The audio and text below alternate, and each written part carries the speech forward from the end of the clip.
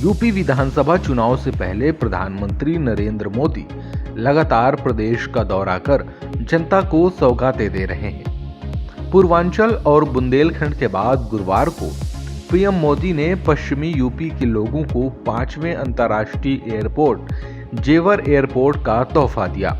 6200 hectare में बनने वाला यह एयरपोर्ट एशिया का सबसे बड़ा एयरपोर्ट होगा। यहाँ एक साथ 178 हवाई जहाज खड़े हो सकेंगे। जेवर एयरपोर्ट की अनुमानित लागत 35,000 करोड़ रुपए है। अगले 3 वर्षों में यानी कि 2024 तक इस एयरपोर्ट से उड़ान सेवा शुरू हो जाएगी। इसके बाद प्रतिवर्ष 1.2 करोड़ यात्री यहां से उड़ान भर सकेंगे। जेवर अंतर्राष्ट्रीय एयरपोर्ट दुनिया का चौथा सबसे बड़ा इंटरनेशनल एयरपोर्ट होगा। इसी के साथ उत्तर प्रदेश 5 अंतर्राष्ट्रीय हवाई अड्डों वाला देश का पहला और अकेला राज्य बन गया है। यूपी की इसी अंतर्राष्ट्रीय पहचान को यूपी की इंटरनेशनल एयर कनेक्टिविटी नए आयाम दे रही है।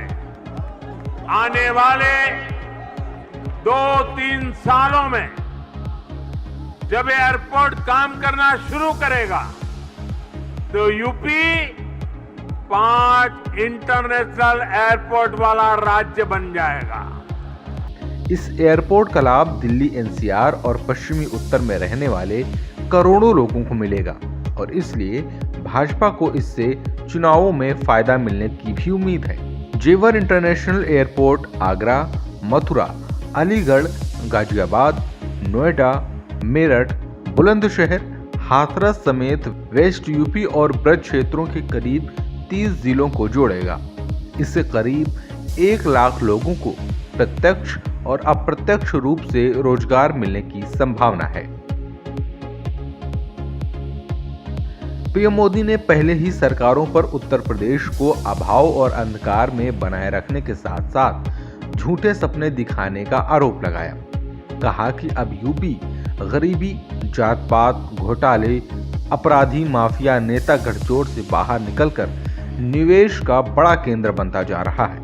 उन्होंने दावा किया कि पहले की सरकारें केवल राजनीतिक लाभ के लिए सिर्फ घोषणाएं किया करती थी और बाद में बहानेबाजी करती थी, लेकिन हमारी सरकार ने इसका ध्यान रखा कि प्रोजेक्ट लटके भटके और अटके नहीं, क्योंकि इंफ्रास्ट्रक्चर हमारे लिए राष्ट्र नीति का हिस्सा है।